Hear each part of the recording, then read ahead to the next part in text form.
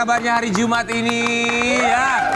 Semoga keadaannya baik-baik saja. Pada akhirnya hari Jumat lagi. Oh iya nggak berasa sudah hari Jumat ya. Kalau buat aku sih hari Jumat itu sama aja. Jumat berkah ya. Aku Jumat ini biar dari sini aku langsung ke London. Oh ke London. Karena kemarin ditelepon sama siapa lo kemarin? Aku tuh ditelepon siapa lo kemarin? Enggak, aku tuh kemarin diteleponin sama Putin. Jadi aku ketemunya di London. Kalau Putin tuh Rusia bukan di Inggris. Enggak, kita ketemunya di situ. Oh, ketemu di sana. Dijemput, di situ dijemput. Ya, karena dari situ kemana? Dari London dijemput kemana? Enggak, tuh di London. Oh, cuma di London aja. Oh, wow. Hari Sabtu aku pulang, Minggu aku ke Mesir. Oh luar biasa. Luar biasa. Naik pesawat pribadi ya, naik pesawat sendiri. Ya, aku Jadi kan bisa sekarang kemana-mana alhamdulillah ya. udah punya private jet Iya. gitu kan. Sayapnya terbuat dari apa? Ajak-ajak dong King. Kalau gitu tuh berbagi, apalagi di Jumat berkah. Tapi kita hayalan yang bagus. Bagus. Bagus. Berbisilah setinggi-tingginya. Bener. Siapa tahu Bagus. ada malaikat lewat ditulis. Saran aku cuma satu, ke psikiater deh. Gak boleh, orang mimpi lagi tinggi-tinggi jangan di down-downin gitu. Tapi cantik banget. bener luar biasa Dan itu loh. memang setiap hari Aku udah semakin kurus bagus. ya. Luar biasa loh Dewi Persik. Wih. Mau konser di Singapura. Wih. Jujur, aku mau konser di Singapura, aku tuh makannya bener-bener tertata. Jam 7, jam 9, jam 12, Bagus. jam 4, Bagus. terus kemudian jam 6, jam 9. Apa? Kamu bilang kamu makannya tertata? Iya. Di situ aja ada pakai kacang. Kan Sama buat- kue pukis. Aku tuh sayang sama kalian bertiga. Iya. Aku tuh kasih taruh di meja kalian datang walaupun terlambat aku selalu duduk Benar, dulu. benar. Aku kasihin, aku perempuan kasih buat Ada kalian. kue pukis juga enak banget. Tapi Tapi bagus memang loh. Dewi itu penyayang. Sampai utang kita dilunaskan. Gak ada utang lunas, gak ada. Tapi Gak ada. Gak ada bener. utang lunas. Tapi ini harus dicontoh. Ini Gua harus bisa-bisa dicontoh. buat konser nih. Kalau sama orang harus Coba 500.000. harus selalu berbagi ya sama siapapun. 200.000, 2 juta ya. Siapa bilang 2 juta? Dia 36 juta. Makanya lu jangan bahas tadi Inilah, terus. ini aku gua kasih buat dia, buat dia. Ya udah lu bayarin Lu lah. kaki ngebahas terus Lu kan utang. ulang tahun. 36 juta. Nih, gue bilangin ya, kalau kita hidup sesama teman, sesama tetangga harus akur. Iya. Beneran loh, zaman Jangan- sekarang tuh aduh beneran kalau cari tetangga yang bener-bener bisa memahami, mengerti kita satu sama lain tuh bener-bener sulit loh, ya kan? Kebayang nggak Sobat Ambiar, kalau jadi tetangganya Dewi Persik, ih pasti pusing. Tanyain sama nenek-nenek di sebelah aku rumah nih ya. Nenek-nenek itu sayang banget sama aku. Kalau Jumat berkah kirimin aku makanan. Ih, keren. Makanan-makanan Betawi. Terus tanya sama aku, Neng kemana nggak pernah keluar? Biasa dong. Tapi nih ya, kalau ngomongin soal tetangga, kita berharap hubungan Sobat Ambiar sama Kaget gua tetangganya juga nenek-nenek. baik-baik aja. Betul. Ini kemarin ada satu Dandanannya kejadian bagus di ya. mana ada perselisihan antar tetangga. Jadi ada satu jalan di mana ditutup sama tetangganya. Jadi sang tetangga belakang rumahnya ini nggak bisa mengakses jalannya. Iya. Kita mau kasih lihat dulu sama Sobat Ambiar ya, perselisihan antar tetangga. Satu, menurut King Ansar Saya- gimana? Iya. Kalau menurut aku sih ya, kita ya hidup itu jangan terlalu kaku. Ya. Kita berbagi aja karena kita nggak tahu usia seseorang. Bener. Tiba-tiba lagi nutup jalan gitu, ditutup umurnya. Kita kan nggak pernah. Betul, tapi betul bahwa Aku setuju. bener. Kalau Kak Karen, Iya, aku juga setuju. Gak usah kaku, fleksibel aja. Toh anyway itu bentuknya jalanan walaupun sudah jadi milik. Iya. Karena aku ingat tanteku juga tuh di daerah Tebet. Dia beli rumah di sebuah perkampungan, dia buat jalan. Nah jalan tersebut dia lakukan bukan untuk dia tapi untuk akses yang baik Iya, buat justru semua harus orang. ngasih. betul, itu Kalau kan kamu, sesuai. Iya. Ya kalau aku balik lagi karena aku muslim, hablum minallah, hablum minannas. Iya. Hubungan dengan Allah bukan hanya berhubungan dengan Tuhan saja, tapi kita harus bisa berhubungan baik dengan manusia. Betul. Supaya apa? Supaya diperlancar Saling semuanya. bantu. Gak ada salahnya sih, toh itu tidak dimiliki mereka. Betul. Toh mau dijadiin apa sih? Mau dijadiin kamar, jalan Iya. seperti itu. Maksudku gini loh, bahwa pada akhirnya kita kan juga tidak hidup sebelah-sebelahan dengan keluarga kita. Iya. Pada akhirnya kalau ada apa-apa, tetanggalah yang pertama yang akan membantu kita. Tetanggalah yang pertama akan menolong kita, yang mendoakan kita, membantu dalam segala urusan. Ingat bahwa bertetangga yang terbaik itu caranya adalah bukan hanya tidak mengganggu tetangga, tapi juga bersabar atas gangguan tetangga. Teman aku, paling aku baik. berterima kasih sama tetangga aku. Kan kalau rumah aku tuh nggak ada parkirnya. Kalau teman-teman pada datang tuh parkiran tuh nggak ada. Jadi selalu di jalan raya. Mereka tuh tetangga-tetangga, sini aja di sini. Itu bagus tuh. Aku seneng banget kan. Kadang orang tuh nggak boleh ya. Wih kok parkir di sini? Itu tetangga gue dulu nggak boleh, Wi. Marah-marah loh dia keluar loh. Jangan parkir sini. Apa? Jangan parkir sini, jangan parkir sini. Nggak bisa, nggak boleh, nggak boleh. Ya gimana mau parkir mobil, orang dulu rumahnya di gang. Masuk juga nggak bisa tuh mobil. Pokoknya mah ya kita tuh ingat lah, maksudnya saling membantu, saling Betul, gotong ya. royong. Kalau tidak dibalas dengan orang yang membantu kita pasti dibalas tangan. Itu yang penting, kita berharap semua baik-baik saja ya. deh. Dan ngomongin soal tetangga, kita juga yakin tetangga dari pasangan selebriti yang satu ini juga pasti happy banget ngelihat mereka. Karena kenapa? Kemesraan, romantisnya mereka selalu dibagikan di media sosial, pasti membuat siapapun ada melihatnya ya. Mereka menikah di bulan Januari 2021 ya. Dan kalau kita lihat benar-benar pasangannya adem ayem sampai dengan sekarang tidak pernah ada gosip miring ya. Walaupun memang sudah pernah menikah dua-duanya dari pernikahan sebelumnya, tapi dijadikan pelajaran dan sekarang membangun rumah tangga yang jauh lebih bahagia lagi. Di pagi-pagi ambiar kita hadirkan ini dia Ibnu Jamil dan juga Ririn Nekawati.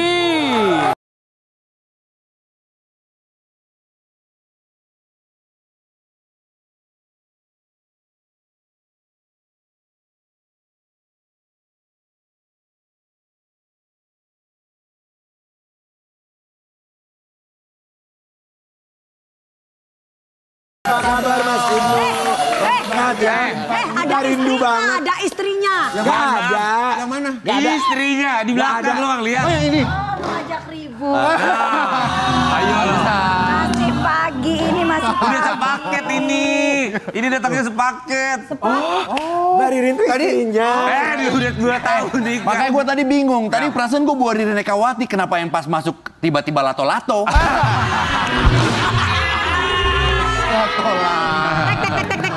Tek gitu ya. Ririn Nekawati, Ibnu Jamil. Akhirnya datang ke pagi-pagi ambiar. Kita cek jadwal mereka di tahun berapa waktu itu? 1965. Iya, tadi kan Kamu kali ya. Ibnu kan bilang tadi saya bawa Ririn Nekawati. Iya. Sebenarnya kami juga adiknya Mbak Ririn. Iya.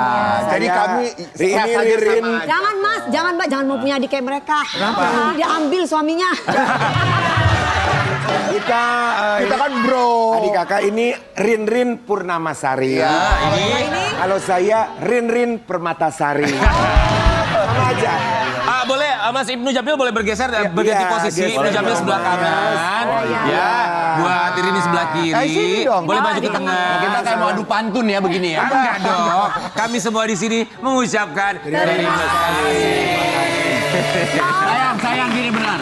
Kita juga mengucapkan terima kasih sudah diundang di acara yang spektakuler. Yang padahal dari dulu kita mengharapkan diundang. Iya nggak pernah diundang banget.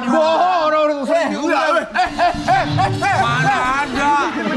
Kita ngecek jadwal terus. Tadi kan Mas Ibnu di depan, datang. Kita belum briefing nih. Iya. Lagi nongkrong, kayak ngobrol sama teman-teman kameramen. Gua ngelewat kan gini. Pagi Mas, ngebubur yuk katanya.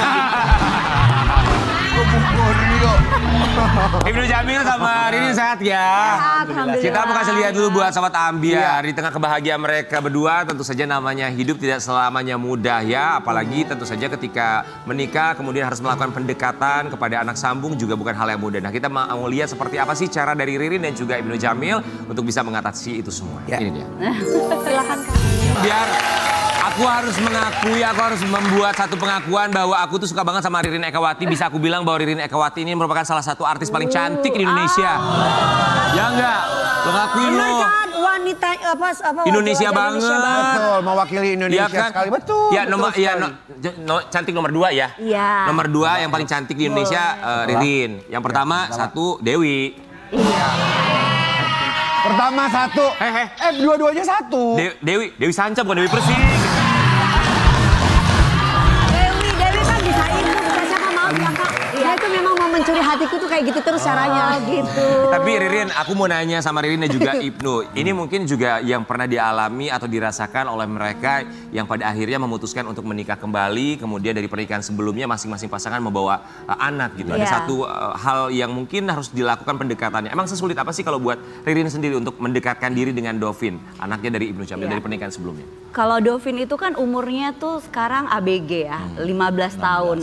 Ya waktu itu waktu kita nikah kan 15. Jadi masih susah untuk ngedeketin anak umur-umur segitu. Iya. Dan aku memang orangnya nggak mau maksain gitu loh. Jadi ngikutin aja kira-kira nih maunya kayak gimana gitu. Sampai akhirnya kita selalu berdoa sih. Aku selalu bawa dalam doa. Pokoknya kalau memang niat baik tuh insya Allah diterimanya juga baik. Dan alhamdulillah sekarang dia udah bisa ngobrol, udah bisa jalan sama kita, liburan bareng gitu. Waktu ya, Kak. Dengan berjalannya waktu. Pokoknya aku tuh percaya kalau orang emang tulus, nggak perlu dibikin-bikin dan nggak perlu dipaksain gitu ya. Betul. Jadi biar dia sendiri aja yang menilai itu. Jadi awalnya emang sulit? Sulit karena memang dia kan tinggal bersama bundanya gitu. Walaupun memang aku hadir di saat mereka berdua sudah lama berpisah, tapi namanya anak pasti lebih pro ke bunda ya, namanya juga wajar banget itu gitu. Dan aku juga punya anak umur segitu, jadi ngerti banget perasaannya dia seperti apa gitu. Tapi kalau kita lihat kalau Ibnu Jamil kayaknya deket banget sama Yaya ya, kayaknya ya nempel banget kalau sama Ibnu Jamil. Lebih mudah kayaknya kalau buat Ibnu Jamil ke Yaya pendekatannya. Nah ini dia yang tadi Ririn bilang, kan range-nya berbeda nih, umurnya Dovin dekat ke Ririn, umurnya Yaya dekat ke gue gitu loh. Yaya tuh masih kecil, jadi mungkin dia di kepalanya belum terlalu banyak rasa atau pikiran yang macam-macam. Dan dan dia juga belum. Dia juga kan papanya nggak ada kan, udah nggak ada, jadi mungkin lebih cepat bonding. Pasti mamanya kan akan memberikan masukan positif gitu ya, Kak. Gitu, dan udah gitu juga pas baru pertama kali kenal Ririn, nggak tahu kenapa Yaya tuh justru orang yang pertama ngeyakinin gue untuk gue kayaknya harus nikah sama mamanya. Iya, dia bilang gini, Om, aku boleh nggak manggil Om Papa? Iya. Kan aku yang suruh loh ya. Aku curiga, jangan Ririn nih kerjaannya. Di briefingin ya, anaknya di briefingin. Maksudnya gini loh, aku pernah ngalami itu, maksudnya mamanya itu memberikan masukan-masukan positif bukan berarti untuk menyuruh begitu. Kan anak juga bisa mikir, kok iya ya nih sosok papa yang seperti ini yang aku harapkan. Dia bisa merasakan, lebih jujur gitu. Lebih jujur hatinya. Tapi saat Yaya ngomong gitu, dalam pikiran Ibnu Jamil apa tuh? Oh langsung, gas John. Gas langsung. Gas John. Tapi ya buat Ibnu Jamil, ngelihat bagaimana sulitnya pendekatan Ririn untuk bisa hadir bagi Dovin, walaupun Dovin sudah memang memiliki ibu kandungnya. Tapi melihat cara Ririn untuk berusaha mendekatkan diri ke Dovin itu seperti apa sih di mata seorang Ibnu Jamil? Luar biasa, salut banget sama Ririn. Terus juga memang ini kan sesuatu hal yang baru gitu lah buat gua gitu. Gua nggak ngerti nih buku pintarnya apa gitu loh, modulnya apa untuk bisa membuat hubungan ini baik. Dan Ririn juga bilang kan dia tidak memaksakan, karena gini, kita juga harus lihat posisinya Dovin gitu loh. Ini akan jadi sesuatu hal yang baru juga buat dia, dan itu juga nggak mudah. Jadi kita harus hormatin juga posisi dan juga perasaannya dia seperti apa. Jadi apapun yang reaksi Dovin kasih, ya kita coba tangkep, kita coba memaklumi gitu. Ya, tapi aku suka banget di sini garis merahnya tuh di saat kalian bertemu sama-sama membawa anak. Ya, yang menjadi tadi perhatiannya adalah egonya orang tua malah jauh direndahkan atau jauh kebelakangin maksud gue ya. Jadi artinya mereka berdua tuh lebih memusatkan perasaan si anak-anak ini, ya udah ikutin aja mereka. Tinggal mereka bagaimana menyatunya sama kita. Nah, itu luar biasa. Karena jadi bapak sambung, jadi ibu sambung tuh nggak gampang. Karena kalau misalkan kayak bapak sambung yang sebelumnya misalkan bapaknya pokoknya bapaknya maupun ibunya dia memberikan yang terbaik buat anaknya apa segala macam. Nah, pada saat kita masuk itu kita harus minimal sama dengan yang sebelumnya gitu. Tapi kadang gini juga loh, ada harapan kita kayak gini. Misalnya kita nih sebagai bapaknya, kan gue bapak kandungnya Dovin gitu. Terus bisa tiba-tiba ketemu lah untuk pertama kalinya dengan Ririn gitu. Ini kan kita pasti berharap untuk yang ayo dong yang sopan cium tangan gitu. Nah itu Ririn tuh suka bilangin ke gue, jangan dipaksa. Betul. Menuju dari hati ya. Biarkan itu muncul dari hati gitu. Jadi kita kan, tapi gue juga wajar dong. Sebagai orang tua gue pengen ngajarin anak gue. Itu ya. Tapi justru Ririn yang mengingatkan jangan dipaksakan. Sampai akhirnya sekarang udah deket? Udah, alhamdulillah. Sudah deket, alhamdulillah. Dan kabarnya kemarin baru saja liburan bareng-bareng ke Korea ya. Kita mau kasih lihat dulu seperti apa kebahagiaan Ririn, Jamil dan juga anak-anak ketika liburan ke Korea beberapa waktu yang lalu. Amazing. If there's something you wanna do, just do it. Don't let your head stop your heart from moving. If there's someone you wanna talk to him. Who knows who we'd be if we just live more and love more.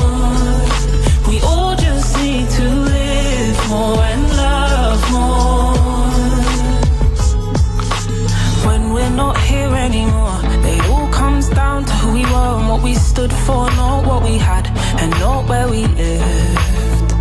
So when we're told it. Seru banget. Seru banget, bahagia. Berapa hari itu di Korea, Karirin? Kita 8 hari. 8 hari itu lama. 8 hari. Aku tanya kak, dari kakak anaknya berapa? 2 anak aku. Yang pertama cewek apa cowok? Cewek. Dua-duanya cewek. Dua-duanya cewek itu. Tapi yang satu nggak ikut karena dia kuliah di Amerika kemarin nggak sempat. Berarti satu aja yang ikut. Iya. Selebihnya anaknya Bang Ibnu. Iya. Ibnu satu, Satu. Ririn satu ikut. Ada satu lagi adiknya Ririn. Iya, Rini anak. Rini. Oke, jadi Yasmin masih di San Francisco Iya, kuliah ya? iya, San Oke, jadi kemarin liburan bareng, terus Dovin sendiri gimana? Excitementnya dia ketika diajakin, liburan yuk bareng-bareng sama Ririn. Kalau manggil Ririn apa Dovin? Tante. Tante, Iya. oke. Ketika diajak liburan bareng sama Tante Ririn. Ini sesuatu hal yang indah lah buat hidup gue. Gak tahu ya versinya Ririn, tapi ini lebaran pertama kita sama-sama.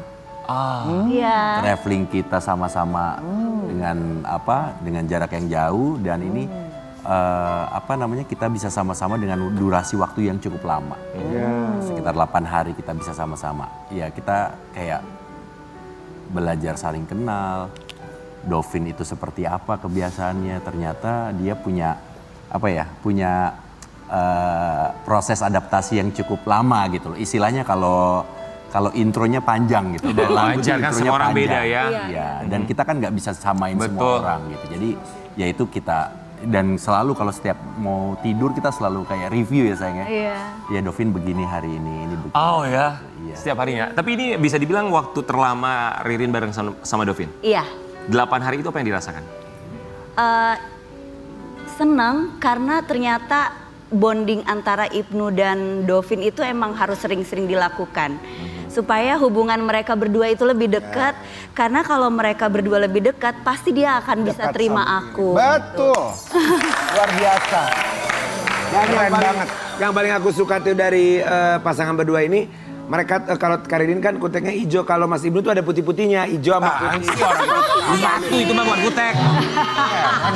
Lagi ngeliat aja Tapi begitu tadi ya. tuh Ririn tuh bagus banget ya. Bijaksana ya. Maksudnya dia lebih mementingkan kedekatan Ibnu dan anak. Iya. Itu yang didahulukan Itu ya. harus dipelajari, itu yang penting. Apa rasa egonya itu bisa diturunkan ya. Berarti gue nggak salah dong pilih istri. Ya nggak salah dong. Gak salah banget deh. Mas Ibnu ini sama Karir ini couple the best. Benar. Benar. Iya, Karirin itu kalau lagi bicara berwibawa sekali, kalem, cantik. Udah. Sobat Ambiar, kita juga mau kasih lihat ya, ini momen kebersamaan anak antara Ibnu Jamil dan juga Ririn beberapa waktu yang lalu. Lucu banget. Itu Jadi pengen ikut jalan-jalan digandeng juga Ya seperti aku Kak. bilang dengan berjalannya Sama waktu, lu. kedewasaan seorang anak, terus melihat ketulusan ibunya sendiri dalam Iya. menyayangi papahnya, Iya. menyayangi dirinya. Dia kan akhirnya seperti itu gitu ya kan. ini kan momen yang bisa dibilang golden moment ya kalau buat kalian berdua ya. Oh banget. Momen. Ngelihat mereka jalan berdua dari belakang gandengan tangan tuh apa sih rasanya? Masya Allah, aku tuh apa ya, saking nggak bisa mengeluarkan kata-kata cuma sayang videoin gitu karena itu momen banget. Kita nggak pernah suruh mereka begitu, tiba-tiba Dovin pegang tangannya Katlea, terus mereka jalan berdua lagi hujan-hujan, rintik-rintik, kayaknya so Cantik sweet banget gitu, ya. manis banget gitu.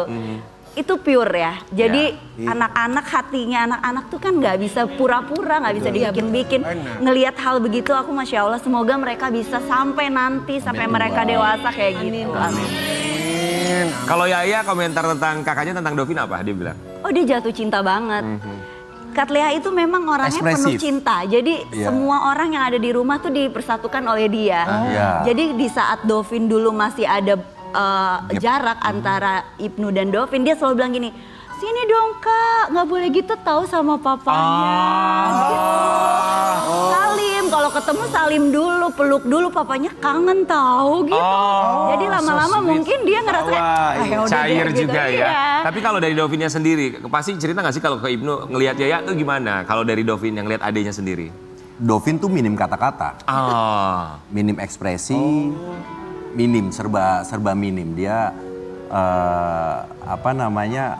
lama gitu yang tadi gue bilang untuk bisa panasnya gitu.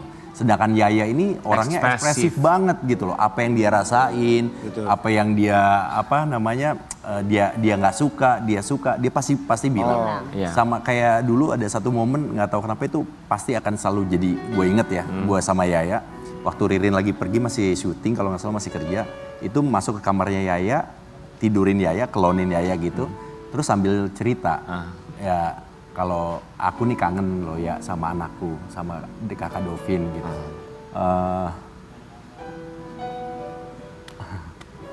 Ya waktu itu masih memang hubungan kita belum sebagus sekarang gitu. Tapi waktu itu Yaya jadi pendengar yang baik dan dia kayak nyambung gitu, bisa tahu perasaan saya nih sebagai bapaknya Dovin. Terus dia nggak tahu kenapa pas selesai cerita dia langsung tepuk pundak gue, terus dia tenang ya Pak ya. Nanti kakak Dovin juga pasti akan baik. Umur segitu ya? Itu Yaya itu. Ibnu mau bilang apa sama Dovin? Kita yakin Dovin pasti lagi nonton pagi hari ini atau mungkin nanti tayangan ulangnya bisa disaksikan. Lagi ada camping kalau nggak salah dari sekolahnya. Siapa tahu teman-temannya nanti ada yang kasih tahu. Mau bilang apa sama Dovin? Dovin, ya mungkin Panda ini bukan orang yang jago untuk bikin kata-kata yang bagus untuk anaknya, tapi Dovin tahu pasti suatu saat Dovin sadar kalau Panda tuh sayang banget sama Dovin. Ya mungkin laki-laki hubungan emosionalnya tuh nggak se-ekspresif wanita, tapi aku yakin kita pasti punya hubungan yang sangat kuat dan Dovin pasti bisa ngertiin itu. Ya, tadi kan Mas Ibnu bilang kalau Dovin tuh kurang panas, lama panasnya kalau lagi apa. Supaya lebih panas mungkin mau dihibur aku dan Dewi Persik mungkin biar lebih panas. Biar suasananya nggak terlalu tegang, happy gitu loh. Ya. Tapi Ibnu selalu kalau ngomongin soal anaknya, mungkin karena hubungannya tadinya memang agak jauh, terus sekarang jadi deket, dia lebih sensitif. Tapi begitulah laki-laki ya, laki-laki atau suami atau ayah ketika berbicara mengenai anak laki-lakinya. Bahkan banyak juga yang tidak bisa menyampaikan dengan kata-kata, tapi bisa disaksikan hanya melalui dari mata ke mata. Kita akan kembali sesaat lagi, tetap di Pagi Hari.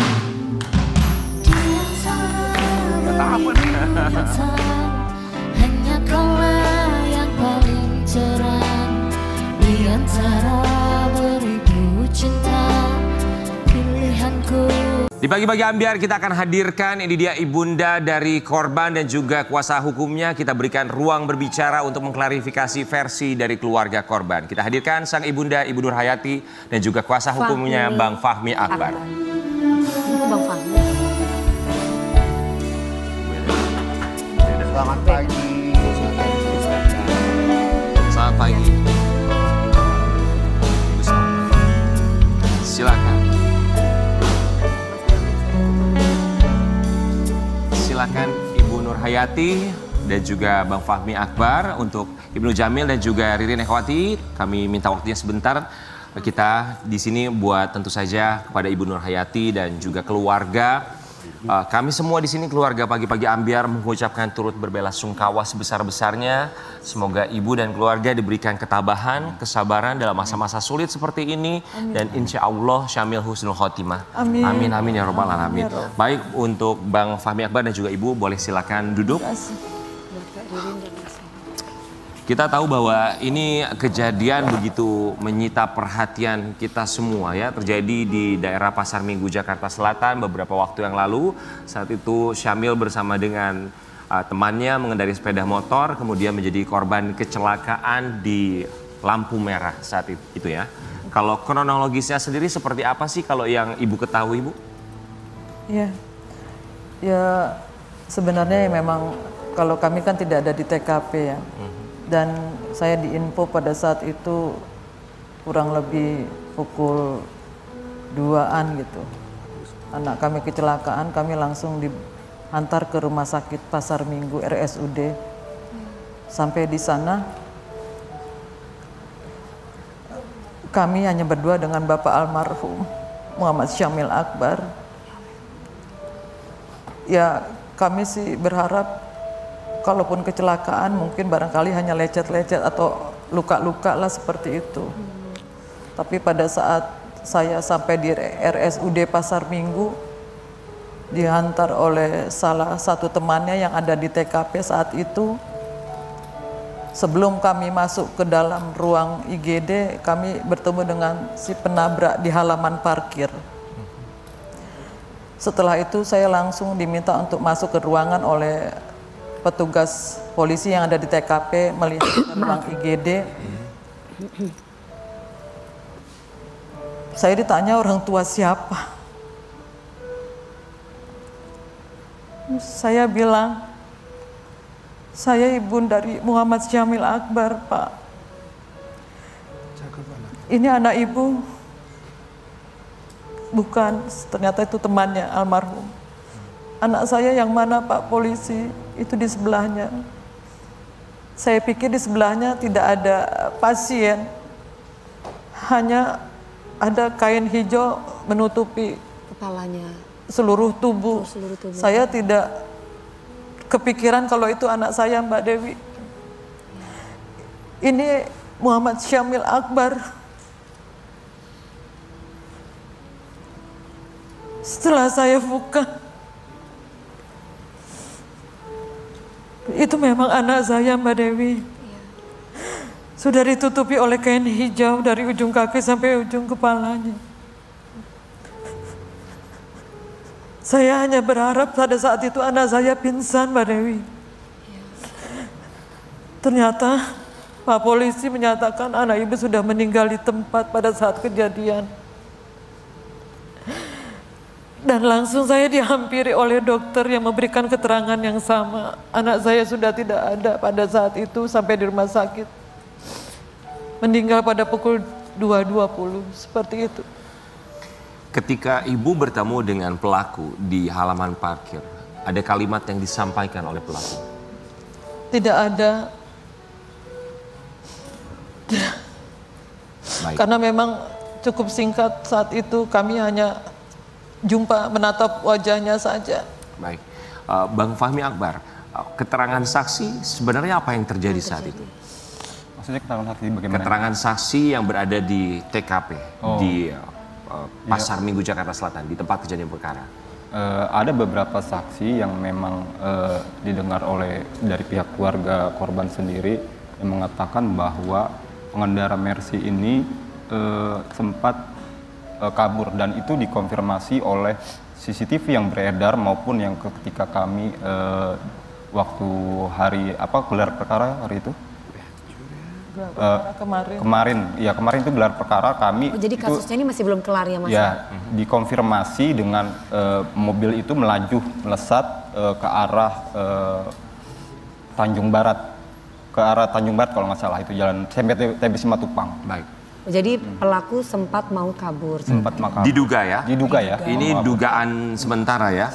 Dugaan sementara berdasarkan saksi-saksi fakta di lapangan yang mengatakan hal tersebut. Dan juga ada bukti CCTV. Dan bukti CCTV-nya itu sangat terlihat jelas gitu. Apakah bukti CCTV itu juga sudah dikeluarkan? Sudah. Secara umum ya? Secara umum keluar, dan itu dikonfirmasi oleh CCTV yang beredar ketika kami gelar perkara khusus di Kapolres Jakarta Selatan. Bang Fahmi Akbar, itu kan dugaan bahwa mobil melesat selepas menabrak, betul ya? Tapi kejadiannya, apakah betul atau tidak bahwa almarhum dan temannya dikabarkan menerobos lampu merah? Nah itu saya pikir perlu dibuktikan secara scientific investigasi ya.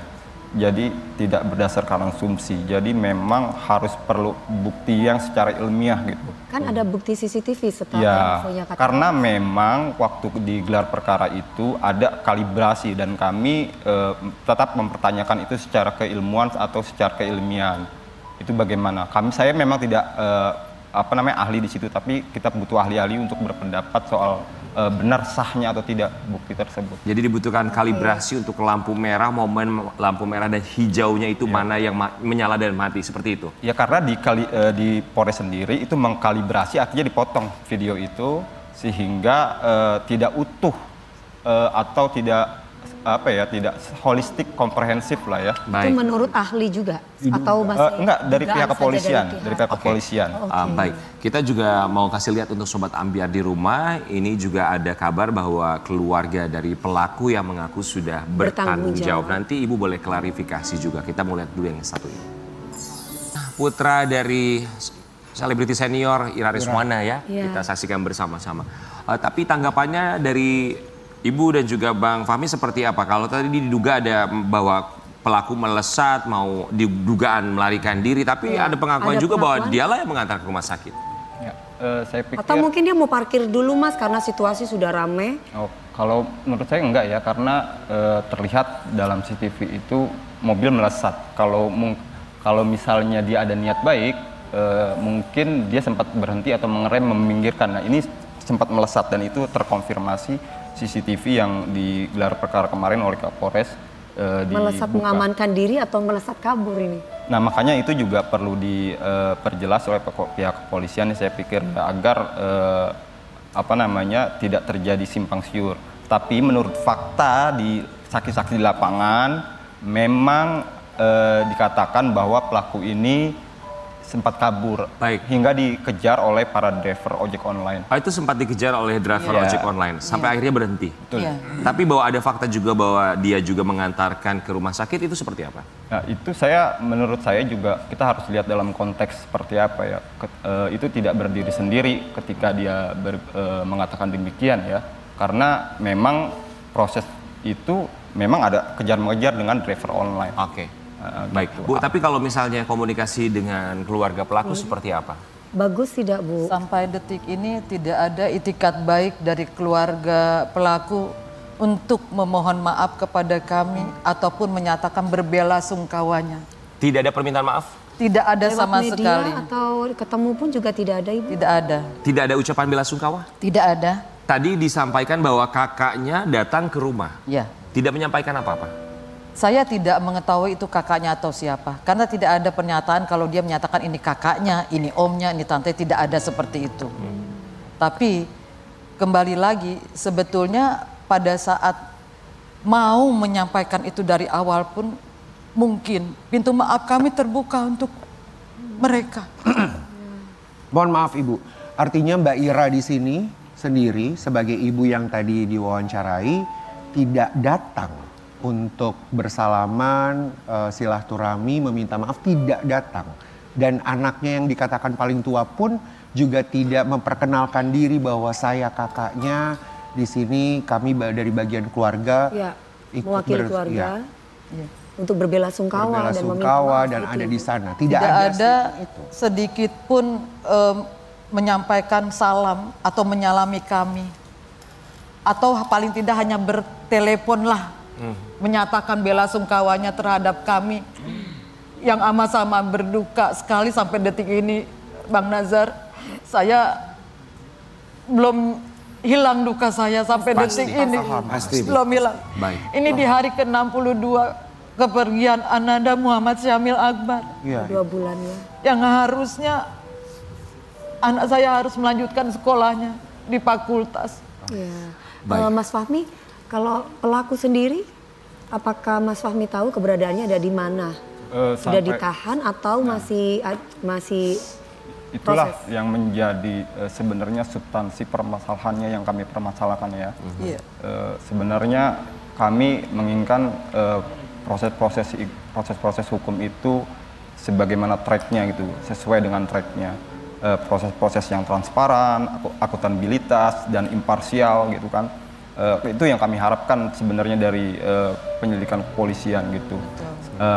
Tapi nyatanya ada semacam privilege ya, saya lihat ya, ada semacam privilege atau pengecualian terhadap anak pejabat petinggi Polri yang menurut saya tidak sesuai proses hukumnya. Misalnya di dalam aturan lalu lintas itu ada tata cara penanganannya. Misalnya pelaku yang diduga di pelaku ini dites secara urin. Nah itu kan nggak dilakukan, maupun psikologi.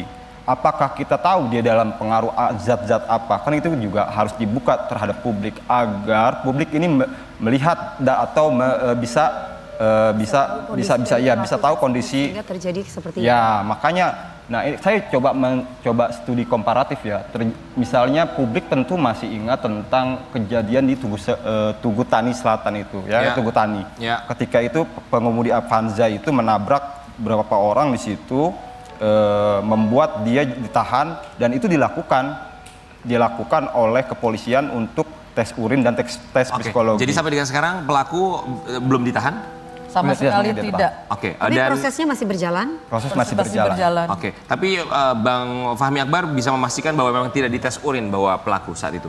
Kami mengkonfirmasi kepada Kasat pada saat itu bahwa saya tidak tahu, saya baru menjabat di saat itu. Saya pikir ini jawaban yang tidak tepat ya, seperti itu sih. Karena bagaimanapun itu pemimpin penyidikan dan itu dia bertanggung jawab, maupun baru ataupun sudah lama baru menjabat. Mas Fahmi, kalau bicara tentang tanggung jawab seperti apa yang diinginkan dari pihak keluarga dan diwakili dari penasehat hukumnya?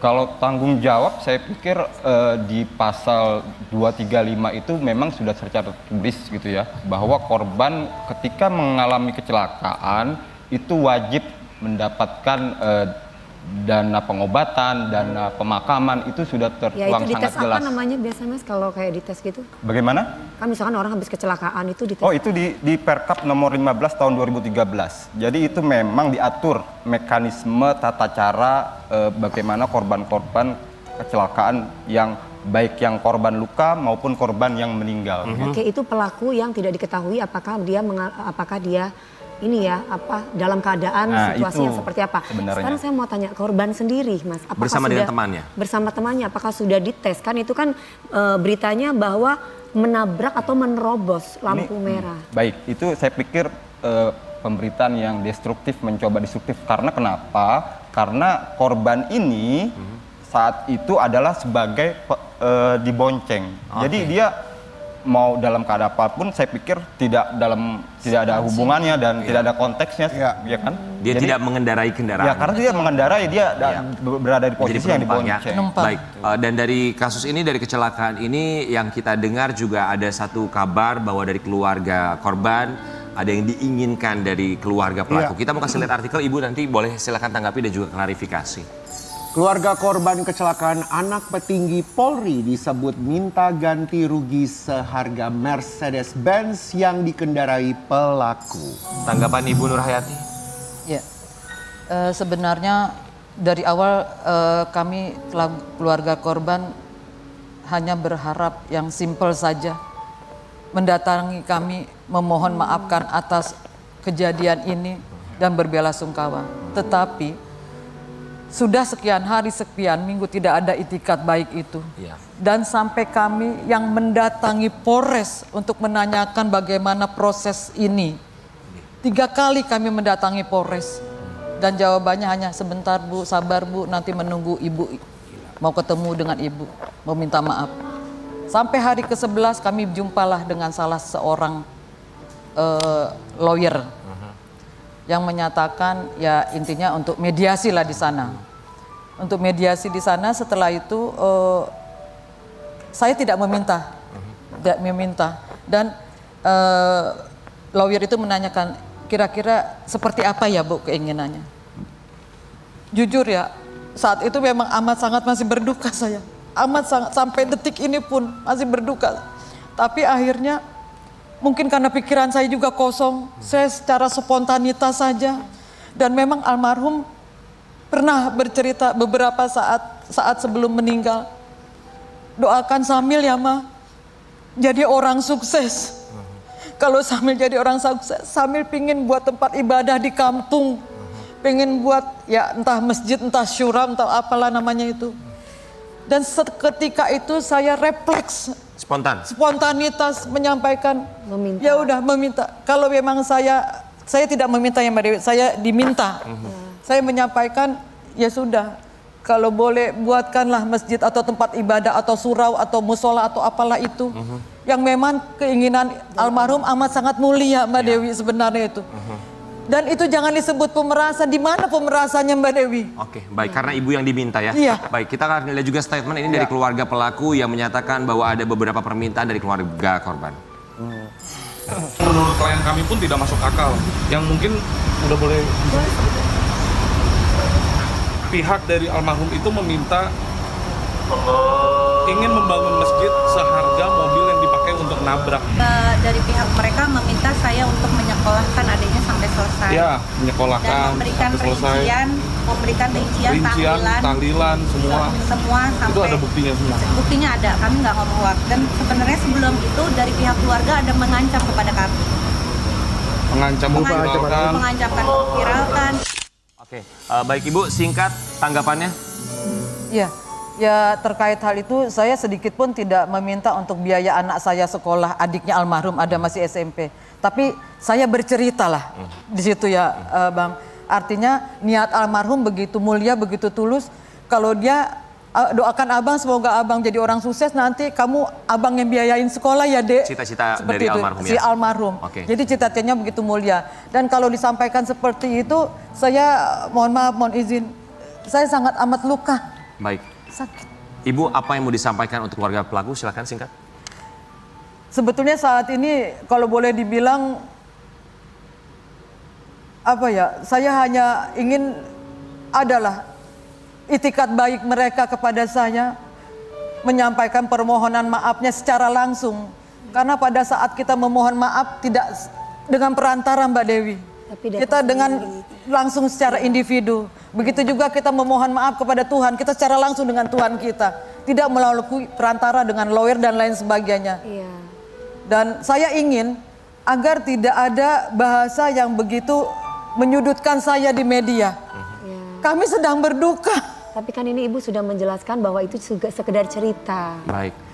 Sekali lagi tentu saja untuk Ibu kami turut berbelasungkawa. Semoga Ibu diberikan ketabahan dan juga kesabaran, dan semoga bisa dibuka jalur komunikasi antara Ibu dan juga keluarga dari pelaku ya. Karena memang ini kan dari Allah Subhanahu wa taala ya kejadian ini. Iya, makasih. Kita akan kembali saat lagi tetap di Pagi-Pagi Ambiar.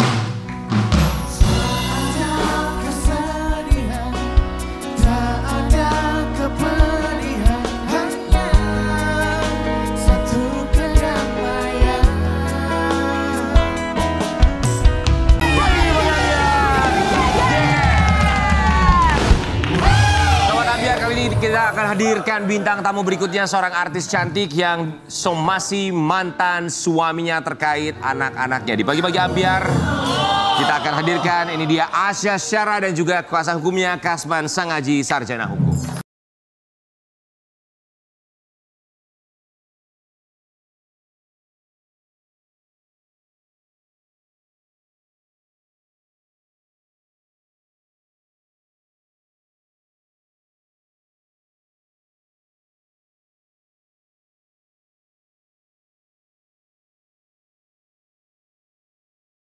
Biar ini dia Asya Syara dan juga kuasa hukumnya.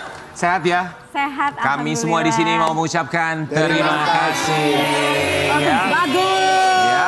Silakan untuk Asya Syara dan juga Mas Kasman kuasa hukumnya boleh duduk. Kita ikut bersimpati juga atas apa yang terjadi. Asya Syara ini tidak bisa bertemu dengan anak-anaknya ya. Kedua buah hatinya. Kita mau kasih lihat dulu buat Sobat Ambiar di rumah. Ini dia Asya Syara yang kabarnya memberikan somasi kepada mantan suaminya. Asya Syara murka, anak-anaknya putus sekolah langsung layangkan somasi ke mantan suami. Asya Syara yang kita tahu bahwa memang saat itu ketika berpisah dengan mantan suami, hak asuh anak jatuh kepada Asya Syara. Kemudian tapi mantan suami melaporkan ke KPAI dengan dugaan bahwa Asya Syara menelantarkan anak-anak sampai akhirnya anak-anak dibawa oleh mantan suami. Seperti itu? Bukan KPAI. Bukan KPAI, apa ya? Komnas. Komnas. Komnas Perlindungan Anak, mohon maaf ya. Oke, kemudian sampai akhirnya kita mendengar kabar bahwa anak-anak nggak sekolah sekarang. Sekarang anak-anak nggak sekolah, udah hampir 2 bulan. Jadi anak-anak nggak terima raport, nggak ujian. Itu yang aku sesalin, makanya aku langsung bilang sama Bang Kasman, Bang, kita harus somasi aja, bilang gitu. Karena kalau udah mengenai pendidikan, ini kan namanya udah terlalu kelewatan ya. Karena kan anak-anak itu kan harus mendapatkan pendidikan yang layak, itu yang hak normal. mereka. Dia hak mereka gitu. Nah itu makanya yang aku juga pengen pertanyakan dengan Komnas ya Bang.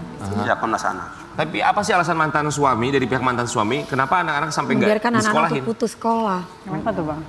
Alasannya? Gak jelas alasannya apa, dia bilang dibully, tapi aku udah ngomong sama kepala sekolahnya dan segala macem, katanya nggak ada bully, nggak ada. Jadi memang aku nggak tahu kenapa tiba-tiba dan nggak ada kabar, katanya dibilang di homeschooling ya. Homeschoolingnya di mana gitu? Gurunya mana? Aku selalu minta fotonya, aku selalu minta ini. Kan aku pemegang hak asuh dan aku ibunya. Harusnya kan informasi gitu, kecuali ibunya meninggal ya kan, ibunya kan masih ada. Jadi aku agak kecewa banget gitu, kesel banget, bukannya kesel gimana, kecewa maksudnya kalau memang ada yang nggak suka, ada yang kesel sama aku gitu, tapi jangan ke anak gitu loh, anak tuh jangan jadi media. Kasihan, mereka kan punya hak untuk mereka berpendidikan selayaknya anak-anak, udah ketemu mereka, ibunya, bapaknya. Iya, udah ketemu ibunya susah, kayak gitu. Oke, kalau dari kuasa hukum sendiri, Mbak Kasman, ini kan akhirnya memberikan somasi kepada pihak mantan suami. Tanggapan dari mantan suami dan barangkali kuasa hukumnya seperti apa? Ya, kami sudah melayangkan somasi kedua ya. Sebenarnya kami tidak perlu melayangkan somasi ketiga karena memang somasi pertama dan kedua itu sudah layak. Kami anggap bahwa mantan suami tidak punya itikat baik. Tetapi Mbak Asa ini kan persoalan darah, sangat sensitif. Sehingga Mbak Asa masih memberikan kesempatan kepada mantan suaminya ini untuk ya gimana itikat baik terhadap anak. Gitu. Memang sih persoalan anak ini persoalan yang hampir tidak pernah bisa selesai ya. Cuman kami bisa pastikan bahwa ini juga edukasi kepada masyarakat luas. Kami juga bisa pastikan bahwa tidak semua persoalan anak ketika ada hak asuh diberikan oleh putusan pengadilan. Itu kan undang-undang. Putusan pengadilan itu undang-undang wajib dilaksanakan, nggak boleh tidak dilaksanakan. Ketika ada seorang yang tidak melaksanakan putusan pengadilan, maka ada sanksi pidana, ada sanksi perdata. Coba baca baik-baik pasal 330. Coba bahasa baik-baik pasal 331, minimal 4 tahun, maksimal 9 tahun untuk ancaman hukuman bagi siapa yang membawa atau tidak melaksanakan putusan pengadilan. Di pasal 1365 KUH Perdata juga bisa kita gugat ganti rugi sebenarnya. Cuman itu kita gini, ini persoalan pidana ultimum remedium. Persoalan itu yang terakhir. Bahasa ini kan kedepankan kekeluargaan, kasih sayang dulu. Ini kan persoalan anak. Kami juga tidak mau melewati batas-batas itu sebenarnya. Tapi buat Asasyara, yang kita tahu bahwa memang hak asuh anak ini kan jatuhnya ke Asasyara ya. Tapi kenapa sekarang ini tinggal atau dibawa sama bapaknya? Sulit untuk Asasyara ketemu sama mereka. Pertamanya ngomongnya nginap. Masih nggak dibawa pulang, nggak dibawa balik. Anaknya nggak nangis apa gitu loh sayang. Pengen ketemu kamu, telepon masih? Telepon awal-awal iya, terus semenjak nggak di sekolahin kan aku ngamuk-ngamuk, aku marah gitu kan. Terus agak mulai susah tuh, aku nelfon kadang berapa hari, kadang anak seminggu. kecil seneng nggak sekolah ya? Sebenarnya enggak sih, sebenarnya enggak, karena kan dia tuh banyak temennya di sana. Justru banyak yang seneng sekolah, happy. Anak-anakku, aku tahu lah anak-anakku kan umur berapa sayang? 8 tahun sama 10 tahun. 8 dan 10 tahun. Lagi happy-happynya lah. Jadi hak asuh anak jatuh ke Asasyara, tapi saat itu alasannya dibawa nginep dulu sama bapaknya, tapi nggak dikembaliin lagi gitu. Tapi bener nggak sih menurut pengakuan dari Komnas Perlindungan Anak bahwa ini juga adalah keinginan dari anak-anak untuk lebih memilih tinggal bersama dengan ayahnya ketimbang dengan ibunya? Mamahnya. Ya itu kalau kayak gitu aku nggak pernah lihat, nggak pernah dengar langsung dari anaknya gitu, karena memang sudah tinggal bareng kita rame-rame gitu kan. Dan yang aku sedih cuman kasihan aja mereka gitu. Gitu aja sih. Jadi mudah-mudahan dibukain pintu hatinya. Amin.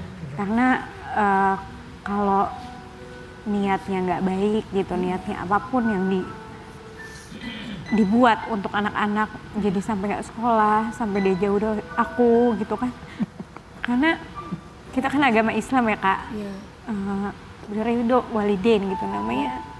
Doa aku kan mustajab buat mereka. Betul, gitu. ibu yang melahirkan. Kalau dia jauhkan aku sama anak-anak, dia jauhkan dari sekolah, itu kan udah kamu sudah berbesar hati juga untuk membagikan waktunya untuk ke papanya gitu ya. Nggak pernah aku kekang. Ya. Oke, Asya, apakah ada kemungkinan mereka dari Asya sendiri ya berharap mereka tinggal kembali dengan Asya atau biarkanlah mereka tinggal dengan ayahnya yang penting sekolah? Aku punya hak untuk dua-duanya ada di. Aku tetap dua-duanya harus ngerasain kasih sayang dari ibu bapaknya walaupun ibu bapak nggak masalah. Ini perceraiannya sudah berapa lama sih sayang? Hampir 3 tahun kali ya. Sudah 3 tahun. 2 tahun lebih. Selama ini tidak pernah ada masalah seperti itu. Selama ini kalau misalkan bapaknya kepingin ketemu sama anaknya dikembalikan lagi gitu. Iya, nggak pernah ya bang. Nggak pernah aku iniin walaupun maaf ya walaupun istilahnya nggak ngasih nafkah. Aku nggak pernah urus itu. Oke. Asya, siapa nama kedua buah hati? Salima sama Samara. Salima dan Samara. Oh, bagus teman. Mau bilang apa untuk Salima dan juga Samara?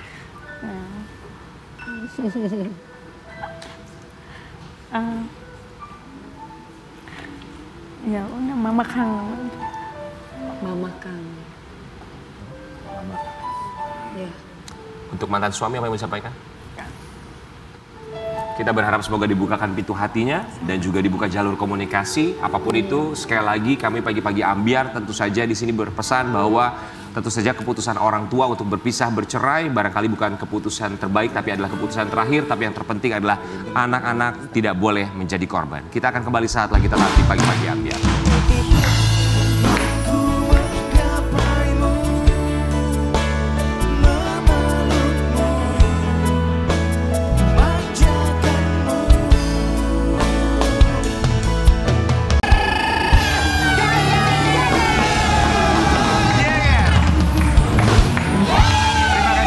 Semua bintang tamu kita, terima kasih Ibnu Jamil, Ririn terima kasih banyak, Ibu Nur Hayati terima kasih banyak sudah hadir. Sekali lagi kami turut berduka cita, Bang Kasman. Makasih. Terima kasih banyak dan juga Asya Syara. Terima kasih banyak. Kita berharap yang terbaik untuk putri-putrinya Asya Syara. Dan kalau kita lihat buat Sobat Ambiar, mereka ini merupakan orang tua yang tentu saja akan melakukan yang terbaik untuk anak-anaknya, untuk buah hati mereka. Dan pastinya pesan untuk Sobat Ambiar di rumah, tentu saja hati-hati dalam menjaga buah hati, bahwa bagaimanapun juga yang terbaik akan dilakukan orang tua, karena orang tua adalah malaikat yang selalu melindungi dan juga menjaga anak-anaknya tanpa harus memperlihatkan sayapnya. Kita kembali lagi hari Senin, hanya di Pagi-Pagi Ambiar. Yeah!